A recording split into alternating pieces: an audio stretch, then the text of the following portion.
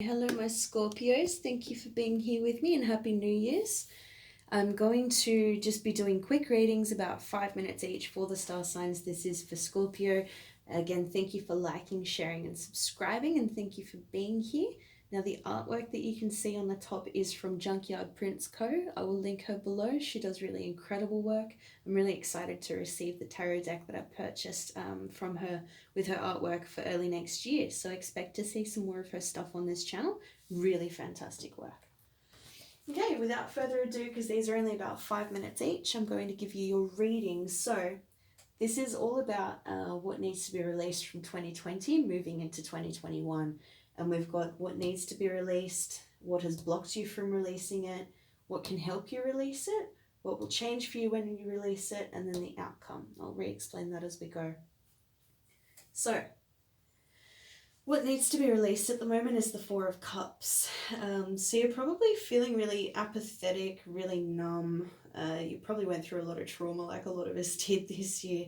But just feeling like you don't want, you can't really be bothered with very much.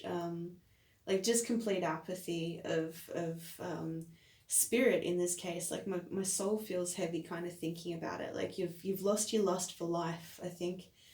And that needs to be released. It's time for that to go. You've learnt everything you can from being in that energy. It's become stagnant and it's time to release that. So what's been blocking you from releasing that is the King of Cups. This is the second time that that's been in that same position. I'm pretty sure that that was for Aries. Correct me if I'm wrong, but maybe check out Aries readings. Otherwise it would have been Pisces because I accidentally went backwards instead of forwards, which is just this year all over, isn't it? Anyway, so possibly a water sign, possibly an older male, possibly a father figure or a husband, someone like that. Or it could be you yourself, you know, obviously Scorpio could very much be the King of Cups. You could be standing in your own way, but some sort of masculine energy, either yourself or someone that you're living with, I'm picking up on, has been stopping you from feeling that essence of life. So how do we, what can help you release it? How do we release that from being an issue? So at the moment, we've got the Emperor being how can you release that? So I'm seeing it as you need to take an active control over your own mind in terms of that apathy, and maybe do some research online, maybe read some psychology journals or something like that, to give yourself tips and tricks to try and work out how it is that you can get that lust for life back. Because I don't think it's any one thing in your environment that's actually necessarily stopping you. If it is a person, then tell that person where to go, cut them out, or at least cut out that behavior from them, stop allowing that to come in, because the Emperor knows when and where and how to exercise what type of control, you know. So he is in his best element, and I mean he's the divine masculine, you know what I mean.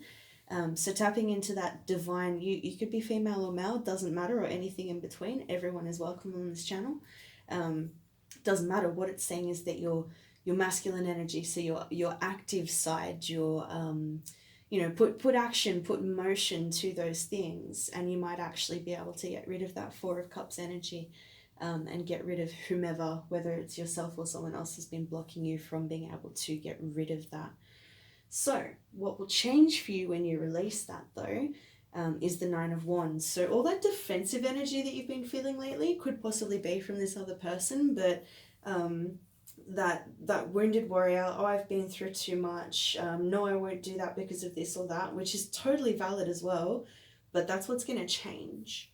So when you can figure out how and when to exercise what type of control successfully over your own apathy, you'll stop being quite so defensive, but the outcome of that is the King of Swords. So you're still going to know how to cut what you need to cut out of your life.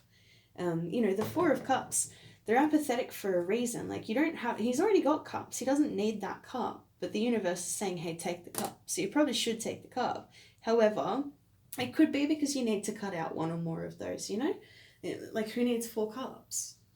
You just need the 1 cup to be fulfilled within yourself. Do you know what I mean? Like that's more talking about alchemy and that sort of thing. But if you're going to fill your own cup and you've already got all these other cups that you're sort of clinging on to, thinking that they're giving you fulfillment when they're not, I think that exercising control over your own apathy and following your passions is going to help you let down your guard enough so that you can cut out what needs to be cut out. But I mean, he's still a king. He still has a kingdom. He hasn't let go of everything. He just knows when and where to do what sort of cutting, and be able to speak his own truth as well. That's a really big part of the King of Swords. All right, I hope this reached whoever it's meant to. Happy, happy, happy New Year's. Thank you for being with me, and take care. I'll see you next year.